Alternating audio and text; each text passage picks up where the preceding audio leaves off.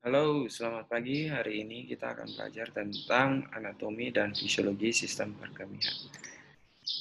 Jadi, berbicara tentang anatomi dan fisiologi sistem perkemihan, memang ada beberapa organ yang harus kita pelajari, yaitu ada di sini ada ginjal sendiri, kemudian ada uretra, kemudian ada kantung kemih, ada ureter, dan meatus ya. Nah, uh, untuk sistem perkemihan sendiri, memang sistem perkemihan ini adalah suatu sistem ekskresi utama atau sistem pembuangan yang terdiri atas dua ginjal untuk sekresi urin, kemudian dua ureter, ya, kiri dan kanan, kemudian ditambah lagi dengan kantung kemih, ada uretra, dan ada meatus. Pertama kita belajar dulu tentang ginjal. Jadi ginjal ini dia terletak bagian posterior abdomen atau bagian atas dari perut pada kedua sisi kolumna. Ya, kolumna itu spasi atau kosong. Kolum dari vertebra. Jadi vertebra atau tulang belakang itu berada di tengah. Kemudian di sini ada kolom kosong, ruangan kosong. Di situ diisi oleh ginjal. Ya. Nah, ginjal kiri biasanya terletak lebih tinggi daripada ginjal kanan karena ada hati di sini. Ya, ada hati. Nah, ginjal orang dewasa itu rata-rata panjangnya itu adalah 11 cm. 11 cm dan kemudian lebarnya itu sekitar 5 sampai 7,5 cm dengan ketebalannya itu sekitar 2,5 cm. Nah, jadi ginjal ini dia bisa tetap berada di atas, ya, tidak turun ke bawah mengenai hati atau mengenai kantung kemih dan lain-lain, karena memang ditahan oleh peritoneum, ya. Peritoneum itu lemak yang berada di dalam dinding abdomen. Kemudian ada juga jaringan yang namanya dengan fascia, ya, serta kapsul fibrosa. Nah, ginjal ini selain dilindungi oleh peritoneum dan fascia, dia juga dilindungi oleh lapisan otot di punggung, pinggang, dan abdomen. Ya. Kemudian selain itu, selain fascia, ada peritoneum, ada otot, dia juga di lemak, dia juga dilindungi oleh jaringan subkutan dan kulit. Bila dibelah bagian dalam, ginjal itu dia memiliki 3 bagian, ya. 3 bagian, yaitu ada korteks, ya, bagian atas, korteks, kemudian medula bagian tengah atau medium, kemudian bagian pelvis, ya, pelvis di sini, ya. Nah, kalau di bagian luar atau bagian eksternal terdapat korteks renal, ya, korteks renal, dia warnanya terang, nah, dia warnanya terang. Kemudian ada granulanya atau ada tonjolan-tonjolan. Nah, bagian ginjal, dalam ginjal ini dia terisi oleh glomerulus, yaitu kapiler-kapiler. Kapiler-kapiler tugasnya untuk memperdarahi ginjal ini. Ya. Jadi glomerulus itu yang membawa darah menuju nefron, ya, produksi nefron, kemudian dia keluarkan lagi. Jadi yang warna merah ini adalah arteri, yang warna biru ini adalah vena. Jadi pertama-tama itu darah yang dari seluruh tubuh hasil sisa metabolisme masuk melalui arteri ini, kemudian dia akan masuk melalui glomerulus. Jadi ini semua namanya glomerulus. Nanti yang kecil-kecil ini namanya adalah nefron. Jadi nefron itu adalah penapis, ya, saringan. saringan untuk mana yang masih bisa digunakan oleh tubuh, mana yang harus dibuang. Nah, buang ini melalui ureter, ya, ureter ini, dan dibuang melalui kantung kemih dan uretra dan meatus. Jadi darah dari seluruh tubuh masuk melalui arteri, kemudian dibuang melalui vena, dan sisa hasil metabolisme sudah disaring di dalam dibuang melalui ureter, maaf. Nah, jadi bagian terkecil daripada ginjal ini namanya nefron. Jadi setiap ginjal itu dia memiliki kurang lebih sekitar 1 sampai 1,3 juta nefron. Jadi selama 24 jam ini dia bekerja, dia bisa menyaring sekitar 170 sampai 180 liter darah dari arteri, ya, dari arteri renalis. Jadi ini namanya arteri renalis dan vena renalis. Jadi ginjal itu tidak dapat membentuk nefron baru. Jadi makanya ketika orang-orang yang kena trauma ginjal atau penyakit ginjal atau proses penuaan, itu terjadi penurunan jumlah nefron secara bertahap. Kemampuannya juga pasti menurun. Jadi kayak macam orang yang sudah usianya lebih dari 40 tahun, jumlah nefron yang berfungsi biasanya menurun sekitar kira-kira 10% ya setiap tahun. Jadi pada usia 80 tahun, jadi sekitar 80 tahun, setengah dari fungsi ginjal ini sudah tidak bisa berfungsi lagi. Nah, jadi setiap nefron itu, bagian terkecil dari ginjal ini, dia terdiri atas kumpulan-kumpulan kapiler. Ya. Dia terdiri atas kumpulan-kumpulan kapiler itu. Kumpulan kapiler, ya, di sini kapiler-kapiler dari arteri renalis dan vena renalis, kemudian di dalamnya ini ada arteri-arteri. Kemudian tugasnya itu adalah dia filtrasi cairan dan darah. Kemudian sisanya ini, sampahnya ini dibuanglah melalui ureter, ya. Nah, kemudian kita lanjut ke ureter. Nah, ureter ini ada ureter atau bagian saluran yang terhubung langsung dengan kantung kemih. Jadi ureter ini dia seperti cekungan, ya, dia seperti cekungan. Kemudian panjangnya sekitar 25 sampai 35 cm. Nah, ureter ini terletak di jaringan penghubung ekstraperitoneal. Jadi ya, ditahan juga oleh fasia, kemudian ada peritoneum dan lain-lain. Nah, ureter itu dia mempunyai 3 penyempitannya, yaitu jadi dari besar, kemudian kecil, dan kecil sekali. Jadi dari besar sekali ke setengah, anggaplah kita setengah. Itu dia bagian di antara pelvis, ya, pelvis renalis. Jadi dari pelvis renalis ini dia sudah mulai kecil. Kemudian di tempat ureter melengkung di sini, pas ketika dia melengkung sudah mulai mengecil, ya. Dia sudah mulai mengecil, dan kecil sekali itu pada saat dia akan menembus vesika urinaria atau bladder atau kantung kemih, ya. Ini namanya kantung kemih. Nah, di sini ada saraf yang bekerja di sini. Sarafnya itu ada saraf thoracalis, ada saraf yang ke-11, ke-12, dan nervus lumbalis. Jadi makanya ketika orang terjadi penyempitan di ginjal atau penyempitan di ureter karena batu, biasanya orang merasa sakit pinggang karena nervus lumbalis, ya, itu dia yang merespon, ya. Kemudian kita lanjut ke kantung kemih. Nah, kantung kemih ini organnya kosong. Dia berada anterior bagian bawah dari pelvis, di belakang sifisis pubis, ya. Kemudian jarak antara kantung kemih dan sifisis pubis ini biasanya ada jaringannya. Ada jaringan yang memungkinkan kantung kemih itu jaringan yang longgar, ya, kosong, supaya pada saat terisi oleh urin, kantung kemih ini dia masih bisa membesar. Jadi Tuhan itu dia baik.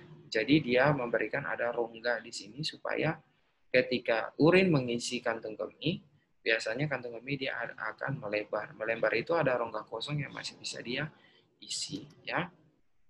Nah, kemudian kantung kemih ini dia ditahan oleh ligamen, ya ada ligamen, ada otot, ya. Dan kemudian ditahan juga oleh fascia. Kalau tadi ginjal ini dia ditahan oleh peritoneum, fascia, lemak, otot. Nah, ini ditahan oleh fascia, ya, dan otot sejati. Jadi nggak bisa lari kiri, lari kanan, nggak bisa. Kemudian dinding ureter ini jenisnya adalah otot polos, ya, otot polos. Nah, dia tersusun ada yang longitudinal, ada yang sirkuler, ya. Kontraksinya itu terdiri biasanya 1 sampai 5 kali per menit. Supaya urin yang ada di ginjal dia bisa turun melalui ureter dan masuk. Bayangkan dong kalau seandainya dia nggak berkontraksi di sini, urinnya semua akan tertampung di sini, ya, tertampung di sini. Nah, jadi ketika ureter itu dia urin sudah berada di dalam di dalam kantung kemih, dia tidak akan bisa kembali lagi ke ginjal karena ada ureter yang tinggi, karena ginjal pun lebih tinggi. Namun ada beberapa hal ketika reflux bisa balik ke ginjal, ya, tapi itu tidak masuk di kantung kemih. Jadi ada cairan, contoh urin sudah masuk ke kantung kemih, dia tidak akan mungkin balik ke ginjal. Namun ada beberapa hal urin itu ketika dia mentok di ureter karena ada batu, dia akan reflux balik ke ginjal. Nah, ginjal ini makin hari makin membesar dan akan menjadi masalah, ya, akan menjadi masalah. Nah, sekarang ketika sudah tertampung di dalam kantung kemih, maka dia akan keluarlah melalui uretra. Uretra ini adalah saluran kecil, ya. Dia ada saluran kecil yang tugasnya adalah membuang urin dari bladder atau kantung kemih ke luar, ya. Nah, saya lupa kantung kemih ini dia bisa mengisi kira-kira sekitar 500 cc, ya, 500 cc. Dia daya tampungnya itu adalah maksimal 500 cc. Nah, Pak, bagaimana dong kita bisa tahu bahwa orang itu dia mempunyai urin itu berapa banyak per jam? Jadi rumusnya itu adalah untuk urin yaitu 0,5 sampai 1 cc setiap per kilogram berat badan per jam, ya. Jadi contoh kalau seseorang itu dia punya berat badan adalah 60 kg, maka setiap jamnya adalah dia punya 30 sampai 60 cc per jam, ya, urin. Ya. Jadi setiap orang itu tergantung berat badannya. Jadi ambil aja setengah, berat badanmu berapa? 60. Oh, berarti dia ini setiap jamnya harusnya dia mempunyai urin itu adalah 30 sampai 60 cc per jam. Seperti itu. Nah, kita lanjut. Nah, kalau bicara soal uretra, antara perempuan dan laki-laki uretranya berbeda. Jadi uretra perempuan itu panjangnya hanya 4 cm, kemudian sedikit melengkung. Nah, laki-laki uretranya itu gabungan antara sistem reproduksi dan sistem urin. Jadi di bagian sini, ya, nah, di bagian ini seorang laki-laki itu dia punya uretranya itu gabung dua. Jadi ada 2 saluran di dalam. Ada yang satu dari bagian skrotalis dari buah zakar itu yang mengisi, namanya tuh vesica seminalis, ya. Jadi di situ ada cairan sperma keluar. Nah, di sini juga ada satu saluran lain yang keluar dari kantung kemih. Jadi ada 2 saluran yang bergabung menjadi satu. Ya, kalau perempuan lain, perempuan punya vagina yang khusus untuk connect langsung dengan rahim, dan kemudian dia punya juga uretra sendiri untuk pipis. Nah, sedangkan laki-laki tidak, hanya dua saluran, satu dari kantung kemih, satu dari skrotum, yang satu isinya air kemih atau urin, yang satu isinya sperma dan bermuara ke satu uretra. Nanti di sini akan keluar ke meatus seperti itu. Ya, jadi perempuan punya tuh hanya pendek saja, sekitar segini lah, 4 cm. 4 cm karena dia punya saluran lain. Dia punya saluran lain untuk connect langsung ke rahim, kemudian bisa untuk melahirkan dan yang lain. Ya. Nah, kalau perempuan punya ukurannya itu adalah 4 cm uretranya, laki-laki punya uretra itu sekitar 20 cm karena di dalam penisnya ini ada uretranya juga. Jadi uretranya itu dihitung dari keluar, kalau punya laki-laki keluar dari kantung kemih sampai ke meatus. Ya, ke meatus itu totalnya adalah sekitar 20 cm. Ya, kalau 20 cm kira-kira ya Anda bisa kira-kira 2/3-nya itu adalah panjang dari penis itu sendiri. Ya. Nah, jadi itu adalah bagian. Nah, ini terakhir meatus. Meatus ini yang tadi saya bilang bahwa urinnya itu akan keluar dari sini, ya. Akan keluar dari sini. Jadi ini meatus, ya. Meatusnya berada di sini. Nah, ini ujungnya. Tempat di mana urin atau sperma keluar. Kalau perempuan beda lagi, hanya urin saja, ya. Nah, Pak, bagaimana dong proses dari mulai ginjal itu dia dapat urin, kemudian dapat sisa sampah, kemudian bisa keluar dalam bentuk urin. Jadi gini deh, urin itu ginjal, saya bilang ginjal ini dia punya fungsi itu ada beberapa, yaitu tugasnya yang pertama adalah ekskresi, sekresi, dan reabsorpsi.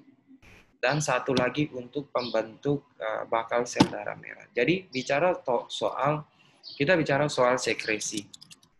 Maaf, ekskresi. Ekskresi atau keluar, ya. Jadi ekskresi ini tugasnya adalah keluarkan urin. Jadi seluruh hasil metabolisme akan masuk melalui arteri ini, kemudian akan disaring ke dalam glomerulus dan nefron. Nah, itu dan kemudian hasilnya itu akan diekskresikan melalui ureter. Artinya bahwa semua cairan yang masuk akan disaring dulu melalui ginjal, di nefron dan glomerulus, dan akan keluar melalui uretra. Itu adalah tugas dari ekskresi, artinya mengeluarkan. Nah, sedangkan tugasnya adalah sekresi, ya. Tugas yang kedua adalah untuk sekresi. Sekresi itu tugasnya adalah ketika cairan ini dia masuk, ya. Ketika cairan ini masuk,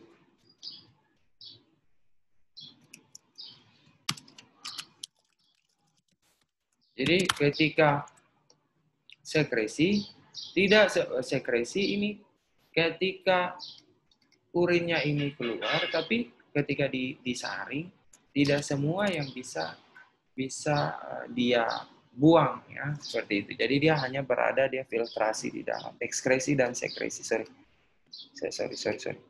Jadi ekskresi dan sekresi. Nah, tugasnya yang kedua adalah filtrasi.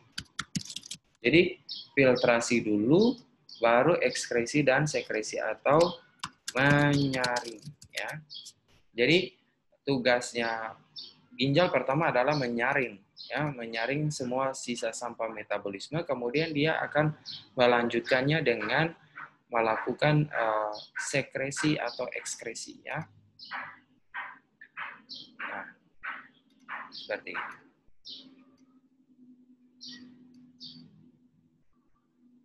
Tugasnya agak sedikit banyak, jadi ginjal ini memang banyak sekali tugasnya dan paling penting sekali, ya. Nah, jadi ketika ginjal ini, dia pertama itu adalah dia menyaring, ya. Kemudian dia akan sekresi dan ekskresi, ya. Dia keluarkan dulu urin. Nah, yang ketiga, tugasnya di sini adalah untuk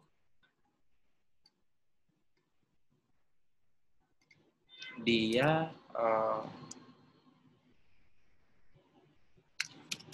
reabsorpsi atau menyaring kembali, ya. Dia menyaring kembali sisa sampah karena tidak semua itu bisa dibuang. Contoh, ketika dia membuang, ternyata ada butir-butir sel darah merah atau ada protein. Jadi ada protein, dia akan menyerap lagi untuk bisa diserap di dalam tubuh, ya. Jadi contoh protein atau glukosa atau sel darah merah, ya, sel darah merah.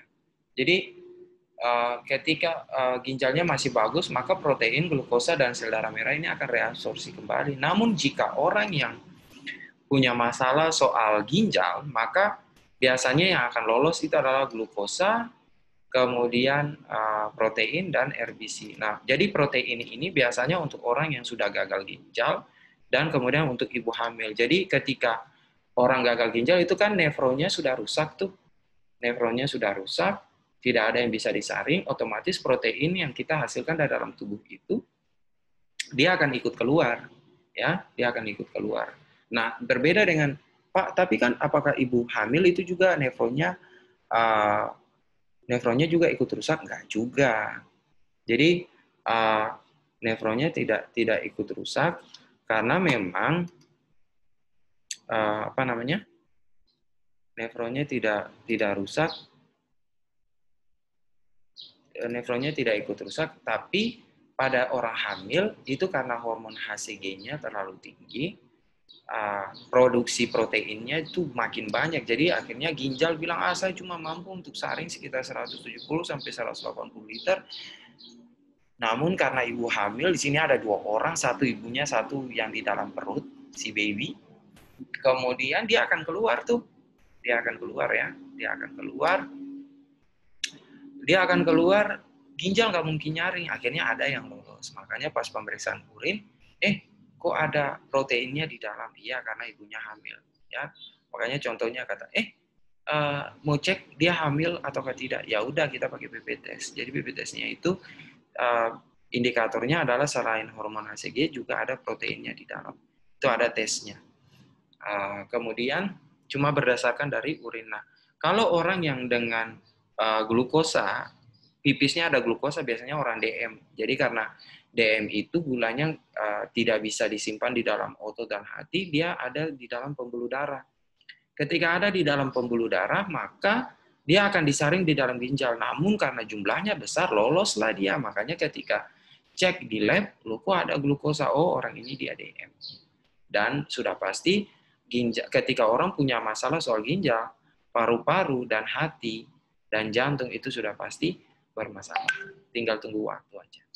Kemudian RBC juga sama, ketika orang ini punya masalah soal ginjal, biasanya pembuluh darahnya itu, bukan pembuluh darahnya, ginjalnya tidak mampu untuk menyaring. Jadi kan tadi saya sudah bilang bahwa ketika cairan masuk, kan darah ini masuk nih, cairan yang akan disaring di dalam ginjal itu kan masih dalam bentuk darah. Jadi nanti ginjal ini tugasnya adalah memisahkan mana cairan sampah, mana darah. Nah, ketika orang ini punya masalah soal gagal ginjal, maka darah ini dia masuk, nggak bisalah dipisahkan antara mana darah, mana cairan. Cairannya udah bisa dipisah separuh karena ada fungsi ginjal separuh yang masih berfungsi. Namun cairan itu dia sudah jadi cairan seperti air, namun ada darah juga yang bisa lolos, ya, seperti itu. Jadi makanya RBC-nya itu dia lolos ke dalam urin, ya, seperti itu. Dan ada satu lagi fungsi, yaitu enzim, ya. Jadi ginjal ini dia punya fungsi itu adalah menghasilkan enzim. Enzimnya itu namanya eritropoietin. Jadi kita punya sel darah merah di dalam tubuh dihasilkan pertama kali oleh ginjal dan kemudian dibawa ke sumsum tulang untuk dimatangkan dan dia jadi sel darah merah seperti itu. Jadi ada 4 fungsi dari ginjal seperti itu. Nah, Pak, jadi kalau sudah fungsi ginjal terus gimana? Oke, sekarang cairan masuk melalui ginjal nih dalam bentuk darah. Dia disaring di dalam nefron, kemudian ketika sudah proses filtrasi atau disaring selesai, kemudian dibuang dalam bentuk urin ya. Namun ketika masuk di dalam ureter sini, ada yang masih bisa untuk diserap kembali, maka dilakukan fungsi reabsorpsi. Namun jika tidak, maka akan masuk di dalam ginjal, di dalam bladder atau kantung kemih. Dan selain itu dia akan dibuang. Nah, saraf-saraf yang bekerja di sini seperti tadi yang saya sudah bilang bahwa saraf ke-11, 12 dan saraf saraf torakalis ya seperti itu. Nah, jadi makanya ketika lumbalis karena dia berada di lumbang. Jadi makanya itu adalah fungsi-fungsi dari ginjal. Jadi cairan itu dia masuk di ginjal dulu, disaring di dalam ginjal, ya cairan masuk dalam tubuh melalui arteri pelvis, kemudian arteri renalis, kemudian disaring di dalam glomerulus dan nefron, kemudian yang sudah tidak bisa lagi digunakan akan dibuang dalam bentuk urin, disekresi, namun jika masih bisa digunakan akan direabsorpsi kembali.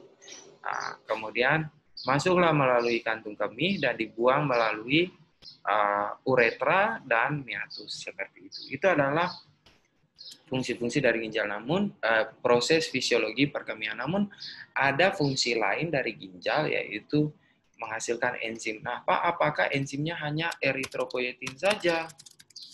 Namun ada enzim lain.